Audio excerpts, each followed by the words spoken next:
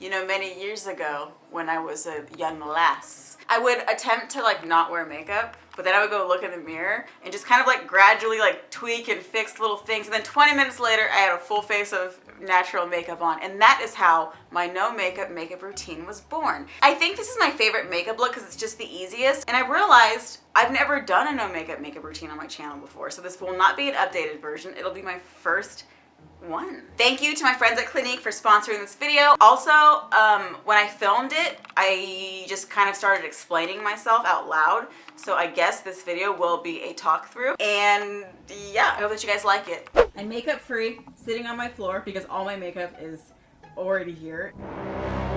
I'm gonna start with my moisturizer. It's new from Clinique. It's like a 2-part customizable moisturizer. So pretty much what you do is you choose a base and then you wanna choose an active cartridge concentrate to go inside. And their powers combined give you a customized moisturizing experience. So if you go to a Clinique counter or Clinique.com, you can choose from 3 bases. I chose oil control because my skin is very oily, which I don't mind, but there's a limit, you know? And then there's also 5 cartridges that you can choose from, but I chose this green one, which is for irritation and redness, because I get a lot of redness in this area. You would take your cartridge and you just... Now when you pump it out, it's 90% base and 10% concentrate. And then I just pat, because if I rub, then this part of my face is gonna get even more red. Like a lot of oil control things make your face feel really dry and like chalky afterwards, and this does not. It just kind of feels like moisturizer, but it works really good.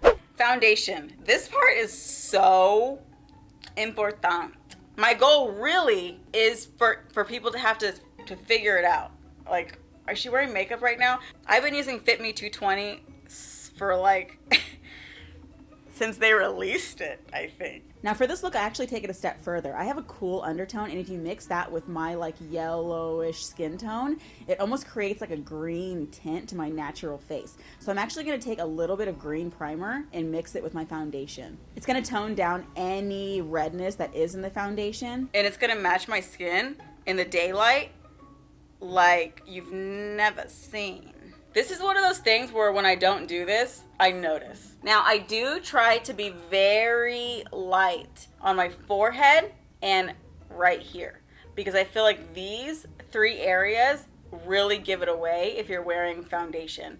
So if you have a bunch of foundation caked up in your eyebrows, it's gonna look like you have foundation on. But I'm still gonna do a really thin layer, but I try to avoid my forehead.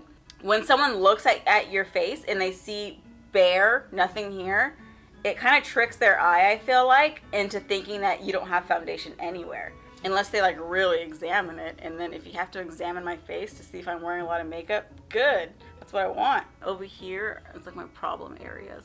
Don't forget your ears. I used to forget my ears a lot and my sister would yell at me. For concealer, I prefer a really thick consistency like that. I'm gonna put like a little dab, not a lot of green. And I just kind of find like anything, I guess, that I can live without on my face. And I just use my finger to like pat it in. Real skin does not look like all one color. Unless you're like one of those people that just is born that way. I don't know what that's like, sir. And I never will. For a no makeup look, I kind of decided that it's okay for a little bit of imperfections to come through. I don't really think imperfections are ugly, that's why. Like when my friends have like breakouts, I don't look at it and think that they look bad. So I think I kind of took that and applied that to myself. And I'm like, whatever, as I like apply like 3 more layers of foundation. I contour no matter what. I take like a taupe brown color because I feel like that is kind of the color of a face's natural shadowing. Whatever yours is, it might be more of like, I don't know, a reddish color maybe. I do a light, like almost invisible contour. I take a translucent powder and then I blend what I just did. So I always want to do like a really, oh my god, I just snorted all that powder. Oh, that sounded really bad. And then I'll take that color and I'll literally drag it over here. I don't put any highlighting, anything there. And I'm doing this, I'm trying to mimic, like, you know, like when you see people that have like just that beautiful natural like shadiness, like darkness around their eyes. I think it looks so pretty. And I don't really have that, so I'm trying to kind of like mimic that. Then for the tip of my nose, I prefer like a cream, watery highlighter, not a powder one, because I feel like the texture is a lot more natural. There's like that big debate where it's like brows first or foundation first, and I think I'm a foundation first person. I have red hair, so I use a red brow gel. This is Limecrime, by the way. It's called Redhead, and it's perfect for me. See up here, there's all these like thinner hairs, you know? So what I'm trying to do is cover those.